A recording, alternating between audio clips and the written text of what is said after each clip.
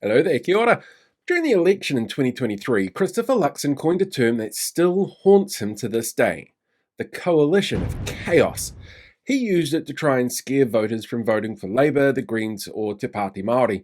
But it's turned into the perfect example of a self-own, and Tuesday was yet another perfect example of just how chaotic the coalition actually is. It started with an announcement at Wellington's Central train station where a heckler took shots at the octogenarian soon-to-be former Deputy Prime Minister for being old and looking like, well, let's just say two coconuts side by side in a leather bag. When a random member of the public feels the need to heckle a top-level MP in public in front of a press event, that's a really bad sign for the government, and I'd say it must have been pretty awkward, but Chris Bishop already did that with this post. Interestingly, there wasn't much media coverage about this bit, Okay, thanks guys. You swear as well, eh? where Winston complains about the use of a swear, after last week where he was shocked by the use of a word that the producers of Eurovision said was offensive. But considering he's called David Seymour a cuck multiple times, Hipkins a sausage eater, asked John Key to explain why he called David Beckham thick as batshit, used the R word about comments from Debbie Ngarewa Packer, I guess it's nice to see it's only taken him 50 years to discover what he considers appropriate use of bad language.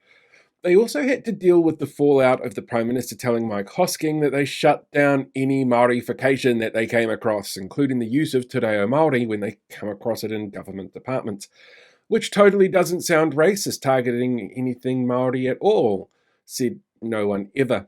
Well, I refuse. Yeah, I don't know what the member's actually asking the question about.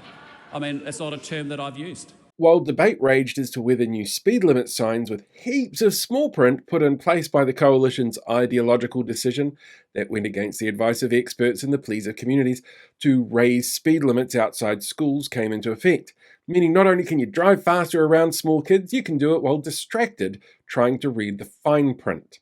Outside Parliament, hundreds performed a haka in support of the Te Pāti Māori MPs facing the harshest ever sentence handed down by the Privileges Committee, while the Prime Minister stood by plans to make them pay after telling people that they interrupted ACT from voting on the bill with their haka, which they didn't, and this can clearly be seen in the video of the event.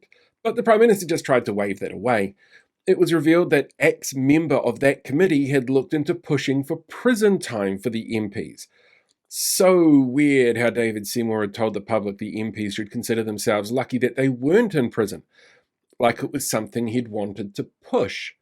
Winston Peters got booted from the House for asking if he got a tan, would that be Māorification, before making snide comments at the Speaker, who has a long history of, well, the two of them don't really get on very well. Shane Jones got called out for saying that there's thousands of Kiwi now, so they'll be fine with his plans to slash and burn their habitats for fossil fuels and free fish dinners.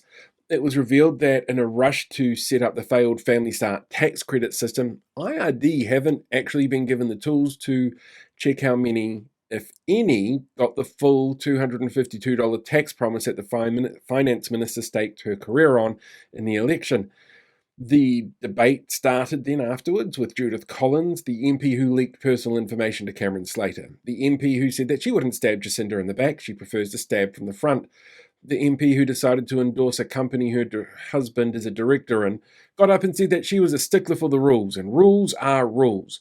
Then Chris Hipkins got up, gave a good speech that must have been so good it managed to convince the coalition to put off the debate until after the budget, because it wasn't right to not have half of a political party there on budget day, but with plans to still proceed with the record-breaking punishment afterwards. Te Pāti Māori co-leader Rawiti Waititi said it felt like psychological warfare to start the debate and then delay it like that. It was all one day, and these are the people that are trying to tell us that Thursday's budget will be a good one, that it may be slim pickings, but it will be responsible, and all it cost was pay equity for women, tax incentives for foreign investors, privatised emergency after-hours medical care, and not telling anyone the real cost of the replacement ferries to replace the original replacement ferries. But credit where credit is due. Chris Bishop absolutely used the right meme about the train station event. And Chris Luxon was definitely right when he said that the next government could be a coalition of chaos at the last election.